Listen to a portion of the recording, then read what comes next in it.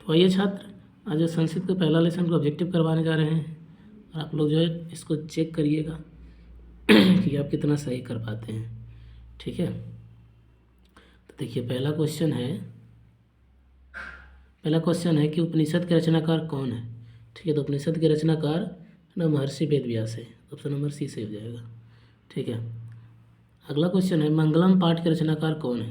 ठीक है, तो मंगलम पाठ के रचनाकार भी महर्षि वेद व्यास है, ऑप्शन नंबर सी सही हो जाएगा। ठीक है, अगला क्वेश्चन मंगलम पाठ में कुल कितने मंत्र संकलित हैं। तो मंगलम पाठ में कुल 5 मंत्र संकलित, ऑप्शन सी सही हो जाएगा।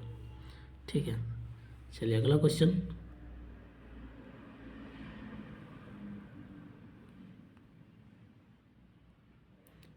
अगला क्वेश्चन कुछ इस प्रकार है कि अणु से अणु यानी कि अणु से छोटा कौन है। ठीक है, तो अणु से छोटा है आत्मा, अणु से छोटा आत्मा है। तो किसकी जीत होती है, तो सत्य की जीत होती है। ठीक है, किसकी जीत होती है, सत्य की जीत होती है ना। बहती नदी कहाँ मिलती है, समुद्र में मिल जाती है। बहती नदी कहाँ मिलती है, समुद्र में मिल जाती है। ठीक है, बहती नदी जो है समुद्र में मिल जाती है ना। बहती नदी समुद्र में मिल जाती है। फिर देखिए क्वेश्चन है कि जंतु के हृदय रूपी गुफा में क्या स्थित है। ठीक है, तो जंतु के हृदय रूपी गुफा में जो है ना तत्व स्थित है, तो ऑप्शन नंबर ए सही हो जाएगा। चलिए अगला क्वेश्चन है कि ब्रह्मा को प्राप्त करने के विषय में बताया गया है। ब्रह्मा को प्राप्त करने के विषय में है ना किस उपनिषद में बताया गया है। किस उपनिषद में बताया गया ब्रह्मा को प्राप्त करने के विषय में जो है किस उपनिषद में बताया गया है। ठीक है, तो ये बताया गया है श्वेतश्वतर उपनिषद में, है ना। तो ऑप्शन नंबर सी से हो जाएगा आपका।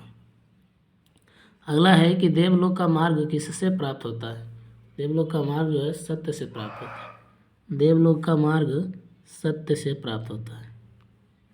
ठीक है, देवलोक का मार्ग किससे प्राप्त होता है, सत्य से प्राप्त होता है। अगला है कि सत्य से क्या प्राप्त होता है। सत्य से क्या प्राप्त होता है, तो जाएगा देवलोक। ठीक है, जाएगा देवलोक, यानी कि सी हो जाएगा। कर मृत्यु को वश में कौन कर लेते हैं, है ना, विद्वान लोग। तो ऑप्शन नंबर सी से हो जाएगा। अगला है किसकी पराजय नहीं होती है। ठीक है, तो है ना सत्य की पराजय नहीं होती है। नहीं, थोड़ा सा मिस्टेक है, इसमें किसकी जय नहीं होती है। ठीक है, ठीक है, तो असत्य की जय नहीं होती है। ठीक है, अगला देखते हैं। अगला क्वेश्चन है कि उपनिषद में किस महिमा का वर्णन है। ठीक है, तो उपनिषद में जो है परम पुरुष की महिमा का वर्णन है। परम पुरुष की महिमा का वर्णन है, ऑप्शन नंबर डी सही होगा।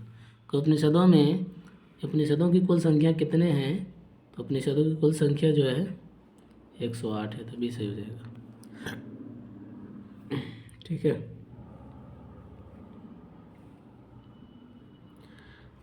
उसके बाद देखिए फिर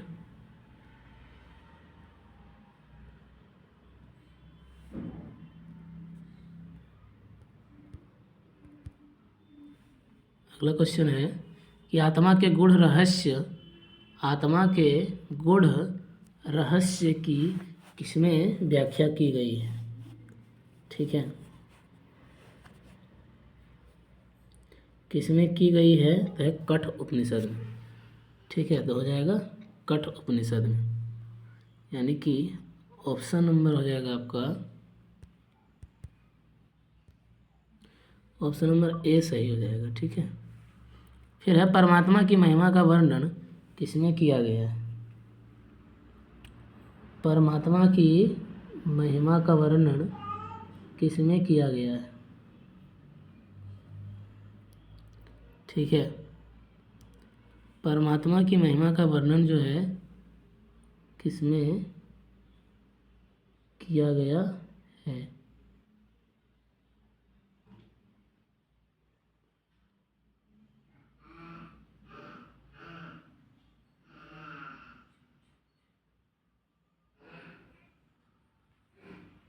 तो ये हो जाएगा श्वेतश्वतर उपनिषद में। ठीक है, तो हो जाएगा आपका ऑप्शन नंबर सी सही हो जाएगा। ठीक है,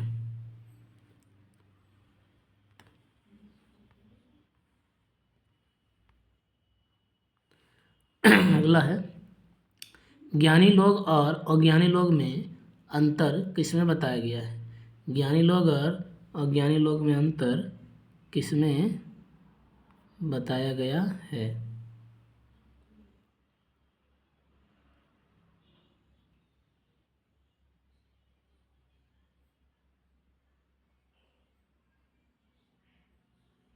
ठीक है, तो ये आपका हो जाएगा श्वेतश्वतर उपनिषद में।